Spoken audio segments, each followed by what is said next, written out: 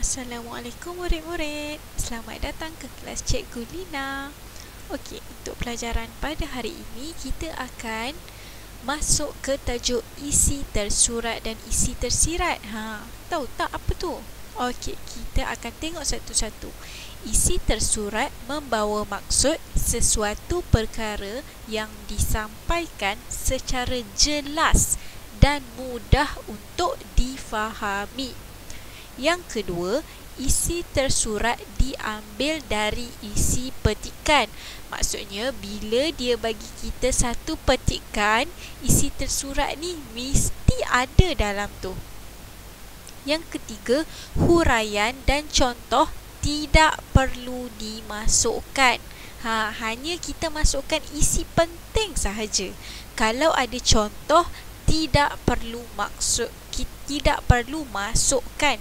Itu adalah isi tersurat. Okey, yang kedua, isi tersirat. Beza tadi tersurat, ini tersirat. Isi tersirat adalah maksud dan makna ayat tidak disampaikan dengan berterus terang. Maksudnya kita tak nampak. Macam tu. Yang kedua, isi tersirat tiada dalam petikan. Kalau tak ada dalam petikan, macam mana nak tulis kan? Dengan cara pelajar perlu kemukakan idea berdasarkan pembacaan meluas sebelum ini. Maksudnya awak kena fikir sendiri. Awak ada akal kan? Jadi gunakan akal awak untuk fikirkan contoh ayat. Okey, kita tengoklah contoh dekat sini. Kita ada karangan, tajuk dia Memupuk Semangat Kejiranan. Cikgu bacakan perenggan pertama. Jiran merupakan orang yang rapat di sekeliling rumah kita. Terdapat beberapa cara untuk memupuk semangat kejiranan. Okey, dalam ni tak ada lagi ayat tersurat. Kita tengok lagi perenggan kedua. Salah satu daripadanya termasuklah amalan ziarah menziarahi. Kan dia dah bagi dah tu ayat penting. Tadi kan dia kata cara untuk memupuk semangat kejiranan. Macam mana cara nak pupuk semangat kejiranan?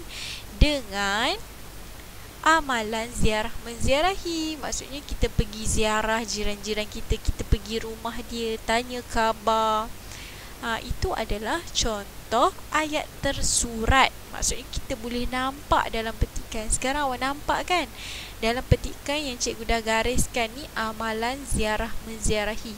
Jadi ini adalah isi tersurat. Kita dah belajar isi tersurat adalah berada di dalam petikan. Okey, yang belakang-belakang ni semua bukan isi penting pun. Dia hanyalah huraian, bukan isi penting. Ingat isi penting dalam perenggan pertama adalah amalan ziarah menziarahi. Yang belakang ni hanyalah huraian sahaja. Okey, kita baca boleh. Amalan ini penting bagi menyuburkan semangat kejiranan ketika mengunjungi jiran sewaktu mereka sakit atau ditimpa musibah. Titik. Itu sahaja. Okey, perenggan kedua, kita nak cari lagi cara untuk memupuk semangat kejiranan macam mana.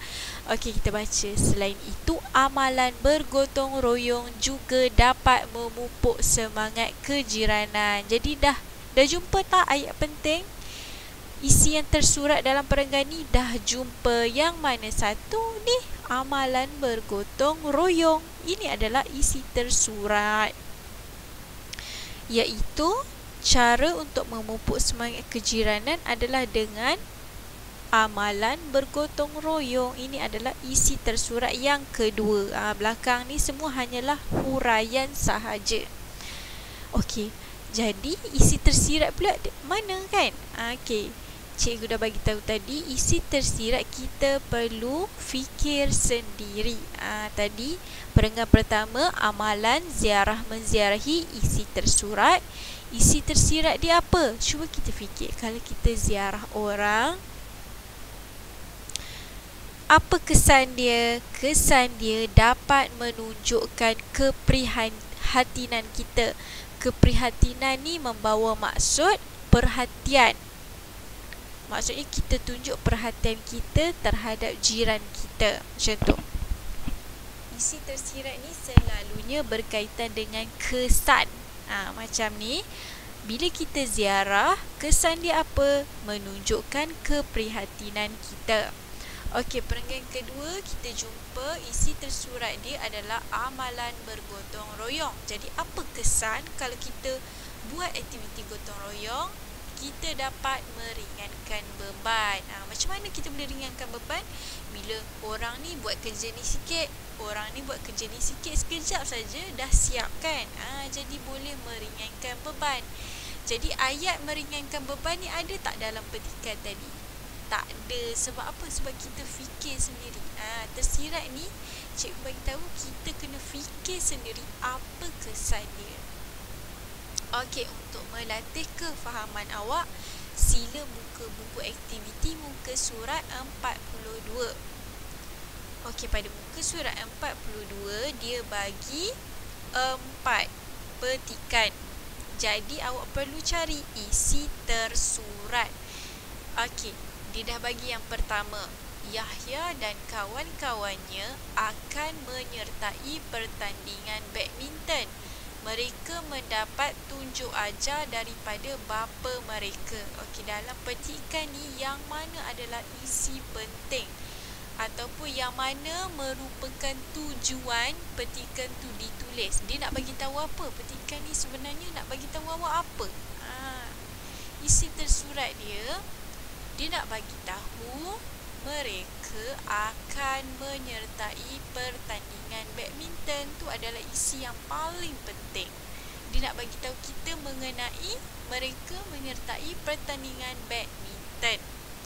Okey, yang kedua, ketiga dan keempat awak perlu cari sendiri yang mana isi penting. Yang isi penting tu adalah isi tersurat awak akan tulis dekat sebelah kanan ni. Okey, cikgu akan bacakan. Bapa Yahya mengajar mereka teknik memegang raket. Mereka perlu belajar teknik ini supaya bulu tangkis dapat melepasi jaring. Okey, yang mana isi yang paling penting, gariskan dan tulis. Okey, sila buat Ni muka surat 42. Muka surat seterusnya pun mengenai isi tersurat. Okey, soalan dia apa? Baca petikan, kemudian catat isi tersurat daripada setiap perenggan. Kita ada berapa perenggan kat sini? Ada 4. Cikgu dah ajarkan macam mana nak kenal perenggan. Okey, awak nampak tak dekat perenggan kedua ni dia ada jarak. Depan mereka ni dia ada jarak. Dia tak tulis depan sekali, tapi dia ambil satu jarak, baru dia tulis mereka akan mengadakan jamuan. Ni maksudnya kita dah masuk perenggan baru. Lepas tu tengok pula depan seterusnya ni ada jarak juga. Maksudnya dah masuk perenggan baru pula. Dan seterusnya depan mereka ni pun ada lagi jarak. Maksudnya perenggan baru lagi. Jadi semua sekali 1, 2, 3, 4. Ada 4 perenggan. Jadi awak perlu cari 4 isi tersurat.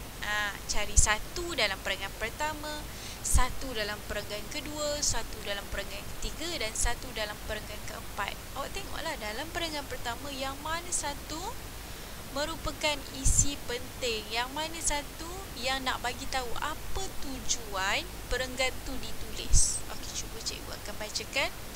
Yahya, Ganesan, Paramjit dan Wai Hong berbincang untuk mengadakan jamuan. Jamuan itu bersempena dengan kejayaan mereka dalam pertandingan badminton peringkat zon. Okey, awak carilah yang mana satu isi tersurat yang paling penting dalam petikan ni. Okey, jadi awak akan tulis dalam ni yang dekat bawah tu. Okey, tulis 4 isi tersurat. Dan bila perlu hantar sebelum hari Rabu minggu hadapan 24 hari bulan 6 2020. Sebelum